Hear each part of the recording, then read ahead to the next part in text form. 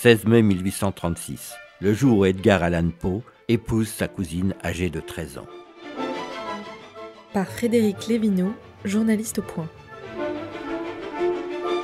En 1836, Edgar Allan Poe a 27 ans. Il vient de trouver un emploi de journaliste dans la ville de Richmond, en Virginie. Il a déjà fait paraître plusieurs recueils de poèmes qui n'ont rencontré qu'un succès d'estime. Avant de venir à Richmond, Poe habitait chez sa tante Maria Clem à Baltimore. Veuve désargentée, mère de 3 enfants, celle-ci tenait une modeste pension de famille où Edgar vint habiter en 1833. La fille de Maria, Virginia, qui a 10 ans, tombe amoureuse de son cousin, son aîné de 14 ans.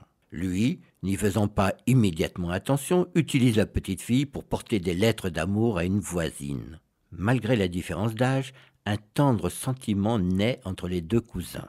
Et pourtant, autant elle est fraîche et innocente, autant il est sombre et dépressif, drogué à l'opium et alcoolique. Cette attirance contre nature fait jaser. Un cousin tente même d'éloigner Virginia, mais Maria, émue par l'amour des 2 jeunes gens, cède devant leur désir de se marier, malgré l'extrême jeunesse de sa fille. Quand Edgar part pour Richmond, Maria le rejoint bientôt avec sa fille. Dans le plus grand secret, les 2 jeunes gens signent une licence de mariage en septembre 1835. La cérémonie religieuse ne se déroule que 8 mois plus tard, le 16 mai 1836. En fin d'après-midi, Edgar Allan Poe et Virginia Clem, suivis par Maria et une poignée d'amis, se rendent chez le révérend presbytérien Amasa Converse, qui bénit le couple.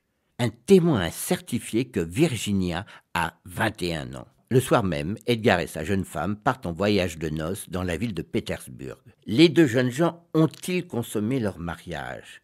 Si la question se pose, c'est que certains biographes de Poe pensent que l'amour entre Virginia et Edgar était purement platonique.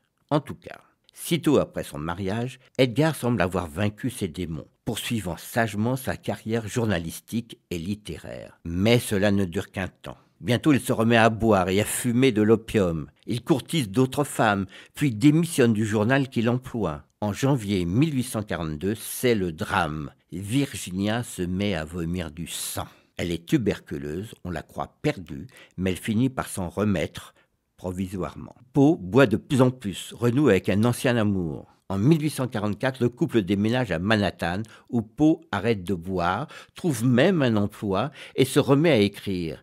Mais en 1846, le poète retombe dans son ivrognerie, tandis que Virginia se remet à cracher du sang.